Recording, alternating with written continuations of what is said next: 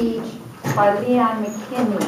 I'm not sure how many people in this Toastmasters Club know that we have an addict here. I guess that Leon has been very much a follower of golf, which makes me think that he goes golfing whenever he gets the opportunity. So we will find out more about golf and see how his golfing enthusiasm has coalesced all of the members in his household into being avid golfers or addicted golfers as well. So please welcome Leon McKinney. His speech is An Addiction Leads to Memorable Event. Addiction Leads to a Memorable Event, Leon McKinney. Thank you, Madam Toastmaster. It actually leads to a memorable event with a grandson.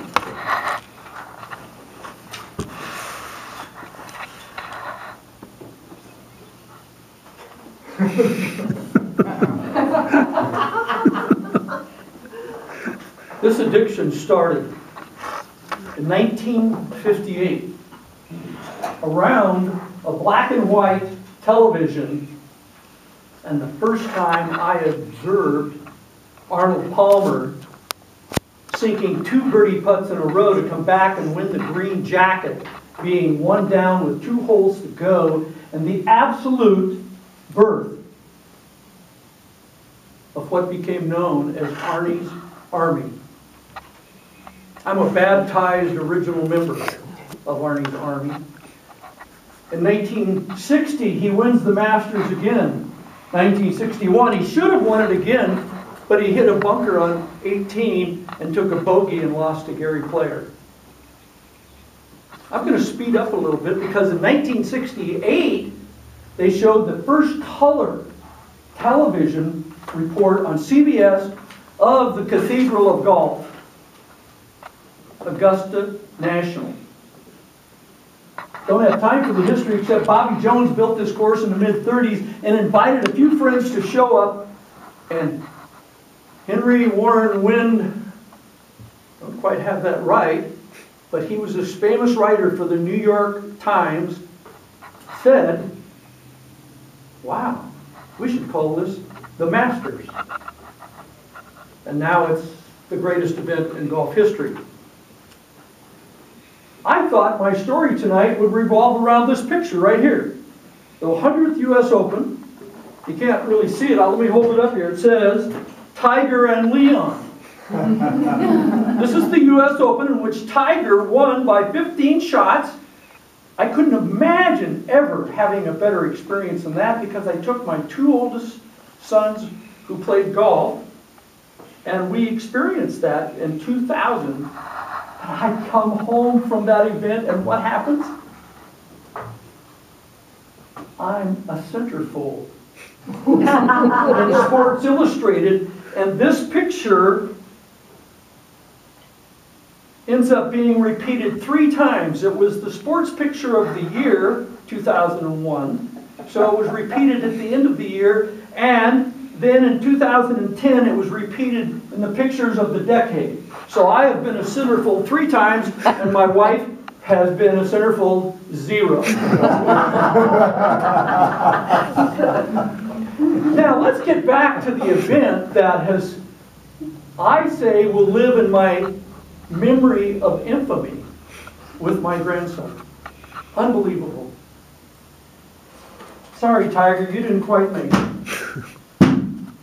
You got replaced because in the year 2012, I took my 12-year-old grandson to the Masters. Now, they don't have spectators at the Masters. Did you realize that? They're not allowed to even use that word. They're called patrons. Kind of snobbish. And the patrons own all the tickets. It's the toughest ticket in golf. But if you're willing to cash in a mutual fund, you might get a couple of tickets for you and your grandson. So that's what I did. And my wife doesn't like the logic. I said, honey, it was free, after spending several $1,000s. She said, what do you mean it's free? I said, well, if I don't buy the tickets and use them for myself and my grandson, the kids will get all the money after we're gone. That was supposed to be humorous. So, we have this free trip to Augusta, 2 airline tickets. We arrive in Atlanta, a shuttle picks us up, and we get to Augusta, the cathedral of golf, on Tuesday. It's 2 days before the tournament starts. Boy, was that a smart decision. Let me tell you why. A couple of things. Number one, these chairs probably cost 40, 50, 60 bucks. The masters like to tell you they're giving you things really cheap. This was like $30. And when you buy your seat, and you get there in the morning, you can put it on any place in the golf course, and nobody will bother it. So we get there early, we buy our seats, we run down to 12, which is like the greatest hole in golf. One of the greatest, there's not a great hole. And we put our seats in the front row, and we watch some of the greats come by in their practice rounds. We each have our own seat. So Tuesday we learn that when you walk in, the Masters clubhouse is on the top of a mountain. And the entire golf course goes like this. It is down, down, down, down, down. And I walk from the top of the hill all the way through hole 1, hole 9, down to the amen corner. It's called amen corner because you have to start praying when you get to 12. 12 is this hole right here. This is actually the picture I took. Got the copyright, but I don't know. I'm pretty proud of that. But a lot of history happens there. Our old Fred Couples wins the Masters because his ball lands in this front thing that always goes into Raised Creek. But it had rained the night before and it was soft enough to hold it. Thank you, Freddie, for making Washington proud. So, the first 2 days we're getting prepared. And now the day that's going to live in infamy in my memory with my grandson. It's the opening day of the tournament. We are talking about it the night before. And Henry says, Grandpa, let's get up and go on the 6:30 shuttle. And I'm thinking, I can never get him out of bed at home. Yes, he wants to get up early too. We get up at 4:30, we have breakfast, we're on the shuttle. And when we get there, there's usually 30,000, not spectators, we're patrons, there. We're the first 300. And when you walk in, the first thing you come to is what used to be on the left. This huge concrete parking lot is now one of the most beautiful practice facilities in the world with this big stand that holds 4,000 or 5,000 patrons to watch people warm up. And my grandson says, I'm going over there and stand in the rope line where he can get signatures. He's the only one there. There's nobody else there. I said, Henry, I am running full speed to 1.5 miles to the bottom hill to 12 to set both of our chairs right in the front row of the first day of the tournament on 12. Bam, I'm gone. I keep thinking Henry's going to show up. He doesn't show up. It's 11 o'clock. How many of you would abandon your grandson amongst 30,000 people?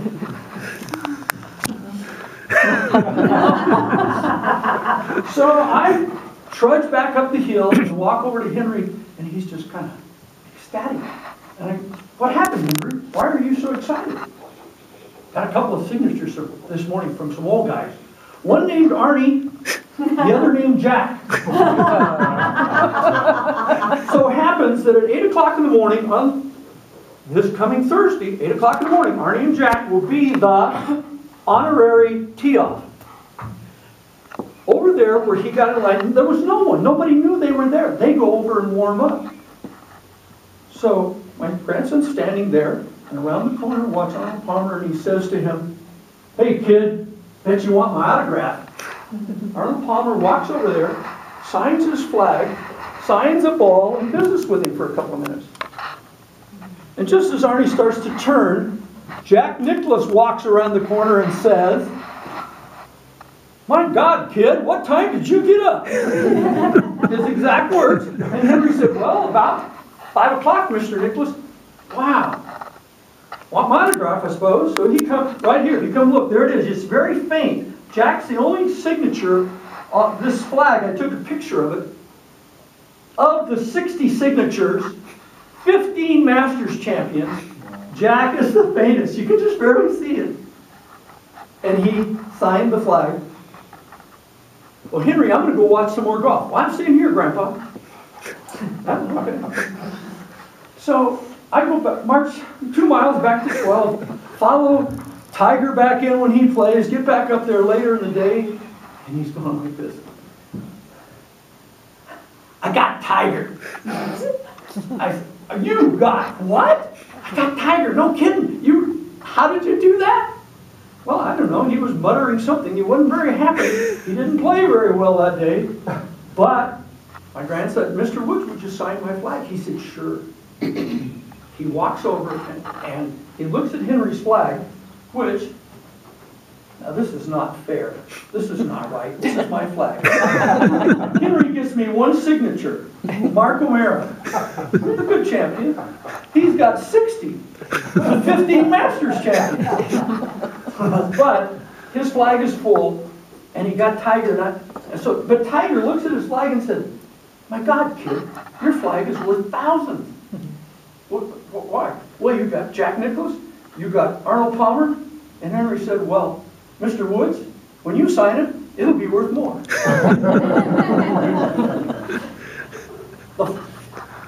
So we're having this amazing time. The end result is my grandson and I are very close. We're both addicted to golf. He now has an experience that will last him his whole lifetime. And the next day, we actually get to go another half a day. But in the morning he gets up and he says, "Grandpa, I want to pay you back." So we walked about 3/4 of a mile. And after me buying the tickets for the airplane, cashing in the mutual fund, we get a couple of tickets, paying the hotel, paying all the food, my wonderful grandson treats me with 2 of his favorite confections. They're called Krispy Kreme. On the 8th day, God created grandparents, and I'm one lucky grandfather.